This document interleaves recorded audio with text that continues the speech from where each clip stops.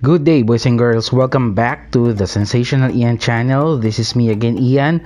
For today, I'm going to bring you another tutorial. It's all about Paymaya. But before we get to the video, if you like the content you see here, be sure to hit that thumbs up and subscribe button below. And turn on that bell notification to get notified on future contents. Also, please don't forget to share it on your social media accounts. Alright, so ngayon I have 4 how-tos na i-discuss ko and tuturo ko sa inyo.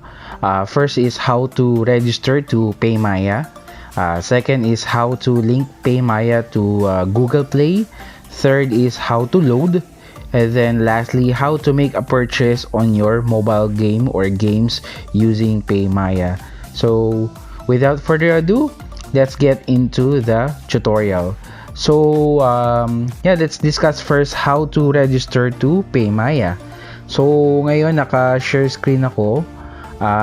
First is we have to download Paymaya from Google Play. So, let's go to Play Store. Make sure naka-turn on yung internet connection natin. Otherwise, hindi siya mag-work. And then, search Paymaya. And alright, so for the purpose of this tutorial, na-download ko na siya previously. So, alright, let's open Paymaya application. Okay, so ito yung makikita nating screen. So, for first timers, so we have to register. So, click register. Alright, so we have to fill in the needed information. So, okay. Alright, let's see. Okay. Make sure the phone number na ilalagay natin is yung real phone number natin, hindi yung dummy phone number natin kasi magkakaroon ng issue if ever na dummy yung phone number and gagamitin natin siya to make purchases. So, okay.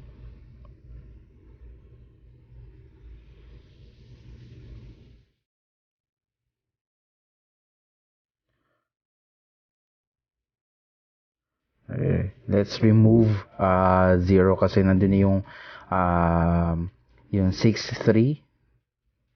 Alright, so alright, for password, let's use test 01. Alright, so make sure na follow natin yung mga password requirements.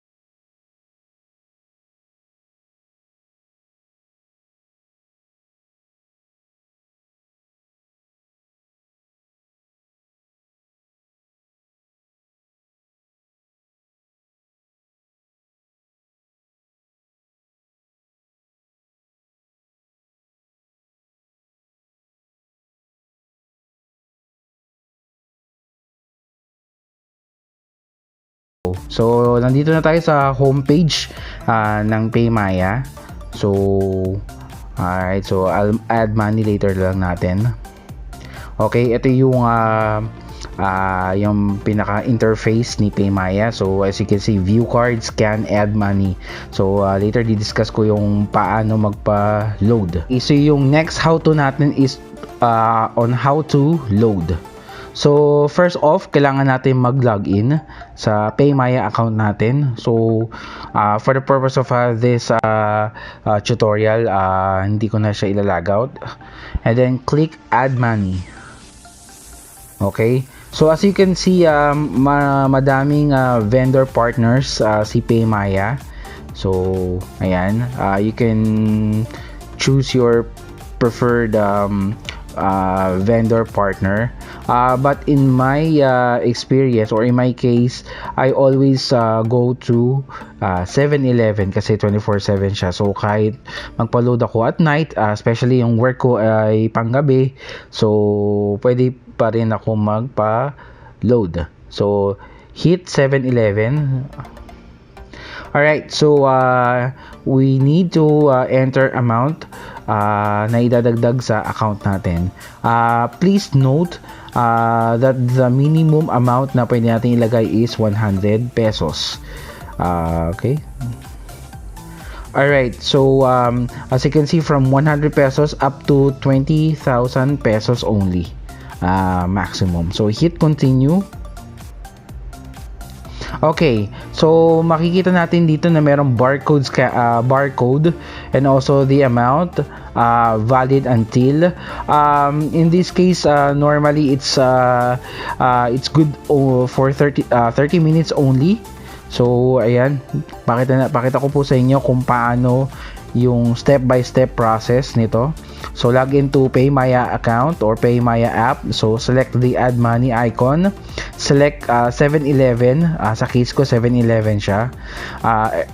Enter the desired amount and then hit continue. Of course, we have to go to a 7-Eleven branch and present the generated barcode along with your payment to the cashier. So once ng 7-Eleven yung barcode, makakatanggap tayo ng SMS confirmation. Ayun, make sure wait natin yung confirmation na yun bago tayo umalis sa 7-Eleven. Alright, so my next how-to is to link Paymaya to Google Play. So first is to log into your Paymaya account. Second is click yung 3 horizontal lines at the top left corner. Okay, and then after that click my cards, and then after that click online payment card number. Alright, so lalabas na itong message na to. So welcome smart subscriber, you're one step away from getting your smart virtual MasterCard. Avail of exclusive perks such as special discounts on prepaid load. Watch out for more offers coming your way. Happy shopping. Got it. So hit got it. And then afterwards we have to enter the needed details. So alright, for the purpose of this tutorial, gawin lang natin siyang default.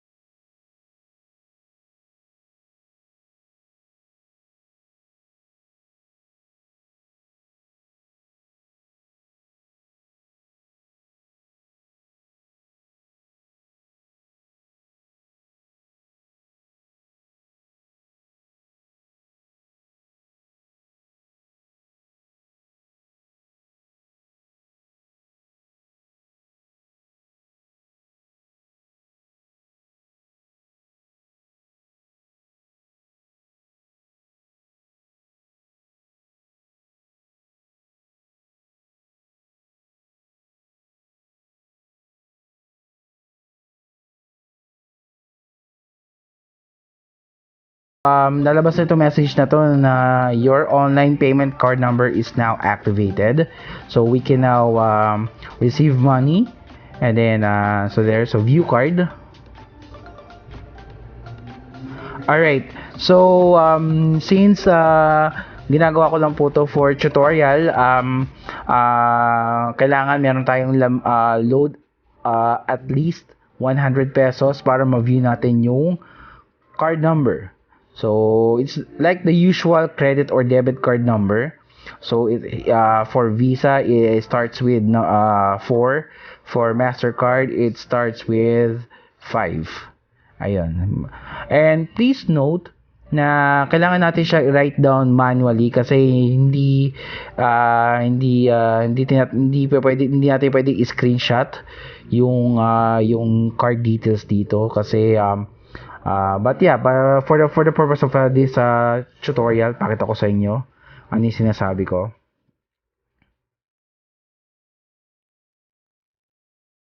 Ayan, so it says could not capture screenshot kasi of course it's confidential. So that's why we need to write those information, the card number, the expiration date, and the CVV. CVV stands for card verification value. So normally sa mga credit or debit card nakalagay siya sa likod. So there. Okay, but of course, kung let's say meron tayong load at least 100 pesos, lalabas yung details na to.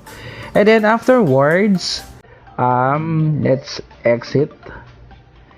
Okay, Paymaya, and then go to Play Store. Okay. Alright, so kailangan na dito tayo sa pinaka homepage ni Google Play, and then hit again the 3 horizontal lines.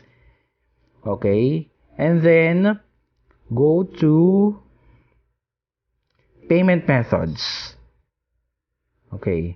As you can see, may mga options na siya. So, sa account ko kasi talaga may existing na siyang Visa and Mastercard. But, for this tutorial, let's add credit or debit card.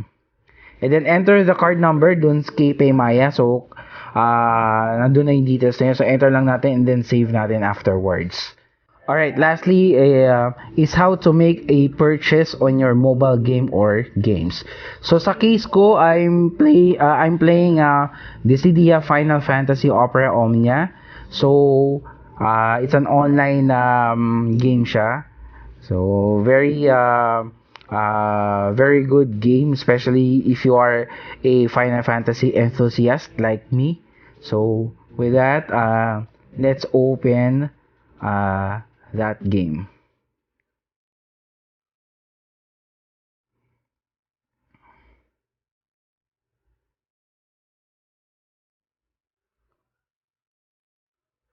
Alright, so let's wait na mag-load yung game natin.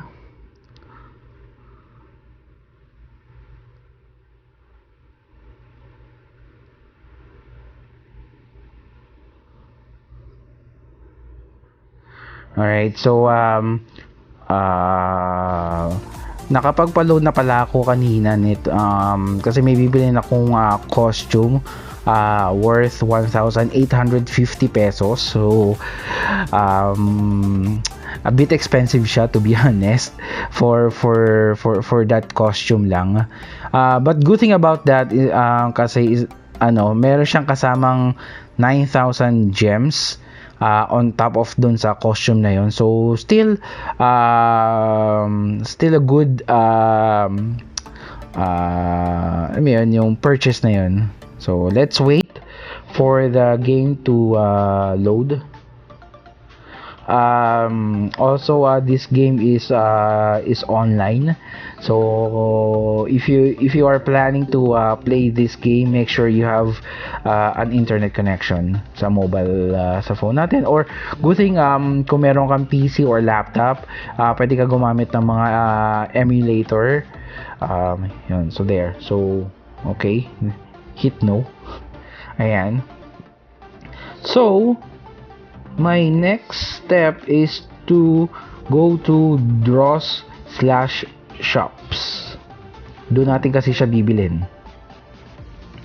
Okay, so go to gem shop.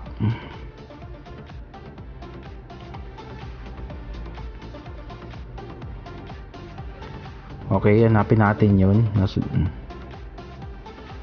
Alright, so ito yun. I'm going to buy this offer. This chest rather.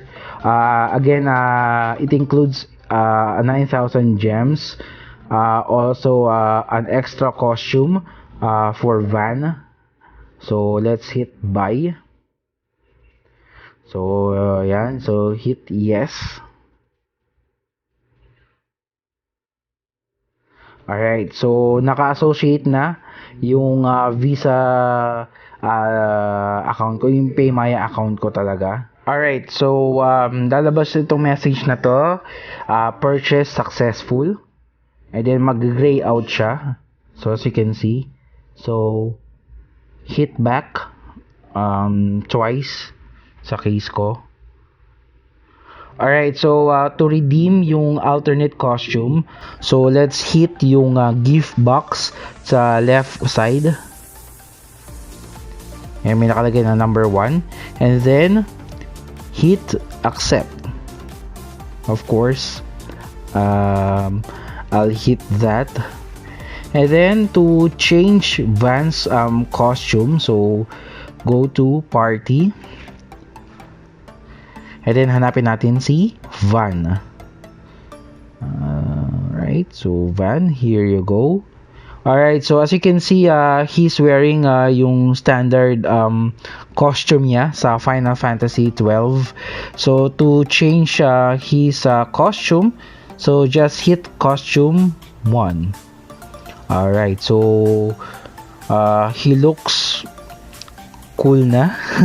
Alright, yeah, so much better kaysa dun sa unang niyang costume, sa original costume niya, I mean. So that's about it for this tutorial. Okay, that concludes the tutorial video. If you find it useful or if you enjoyed watching it, hit that subscribe button. Also turn on that notification bell to get updates on my future contents, and share it on your social media accounts. Once again, this is Ian, the Sensational Ian. God bless everyone, and see you boys and girls next time. Cheers!